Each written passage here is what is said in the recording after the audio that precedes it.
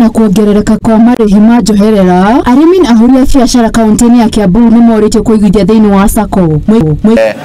Interest rates are very key in a member-owned institution. So we do expect an influx of members from mainstream commercial banks coming to Sacco. So in one way or another, it is likely to affect us because we are going to get an influx of members. However, for credit assessed in cooperatives, the principle is that you must save so that you can borrow. So the increased interest rates will give us more markets in our biggest asset, which is the loan book.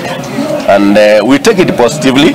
We are making a lemon out of the lemonade. We are making a lemonade out of the lemon. So we see this as a good thing to us. We intend to have a 8.5 billion balance sheet in the coming year, and this is going to be possible by having financial inclusion in regions such as this. And no doubt, we opened our doors yesterday, and no doubt we have so many accounts that are being opened today. We have opened 8 other branches, but today we culminate in opening the 9th branch in Rimuru. This far, we say that is good. We want to bring our Gicunji model to Rimuru so that our people are able to save in line with what the government is encouraging members to do. We have a vehicle for saving, and then we also give them a loaning.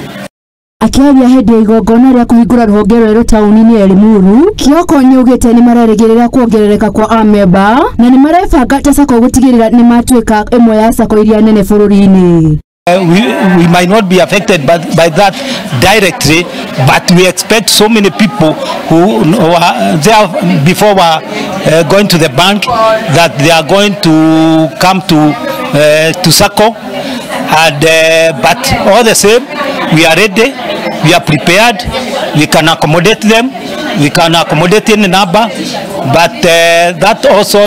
Arimi na Uria biacara ni matigitwo na thina muingi wa kuriha maroni maria makoretwo magikomba kuma kuri bengi itiganite. Hili majuzi riba